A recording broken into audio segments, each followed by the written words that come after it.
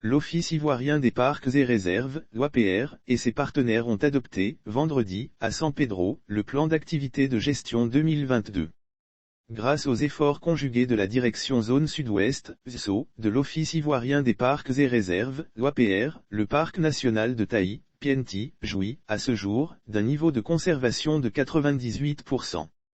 Au regard de cet excellent état de santé, les autorités de gestion de la réserve forestière ont décidé de la porter candidate sur la liste verte de l'Union internationale pour la conservation de la nature, UIN. Une prestigieuse liste qui récompense les meilleurs gestionnaires des aires protégées selon les standards de l'organisation. L'annonce a été faite par le directeur général de l'OAPR, Adama Tondosama, lors de la réunion d'adoption du plan d'opération 2022 du Parc national de Taï qui a eu lieu, le vendredi 19 novembre 2021, à San Pedro. Le programme entériné par les gestionnaires du PNT et leurs partenaires émane du plan d'aménagement et de gestion 2020 à 2029.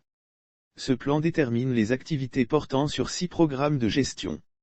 À savoir, la surveillance et la protection, le suivi écologique et la recherche, la gestion participative et l'appui au développement local, la communication et écotourisme, les infrastructures et les équipements, le management et l'intégration régionale. Adama Tondosama a engagé son équipe à redoubler d'efforts pour atteindre les objectifs assignés. Il a donné rendez-vous à l'ensemble des parties prenantes à la fin du premier trimestre de l'année prochaine pour l'évaluation du plan d'opération 2022. Le préfet du département de Taï, Mamadou Bakayoko, a, à l'ouverture de l'atelier, exhorté les participants à s'impliquer dans les débats pour contribuer à l'amélioration des performances des gestionnaires du PNT, un des patrimoines mondiaux de l'UNESCO. À propos du bilan de l'exercice 2021, il ressort que le parc national de Taï bénéficie d'un appui du programme MAIC relatif au suivi de l'abattage illégal des éléphants et autres espèces pour la période 2021 à 2023.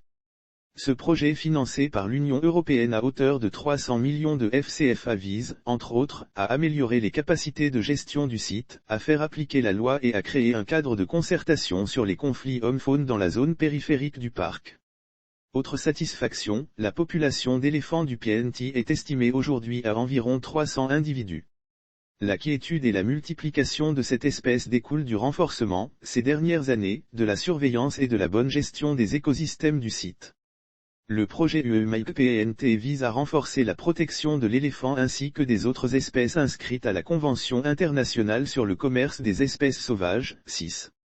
Les activités programmées en 2021 ont été mises en œuvre avec une performance de 66%. Les faiblesses enregistrées concernent des retards dus à la non-réhabilitation des voies d'accès au parc et à l'inexécution de certaines infrastructures à réaliser, imputables aux procédures de mobilisation des fonds d'appui attendus de certains partenaires.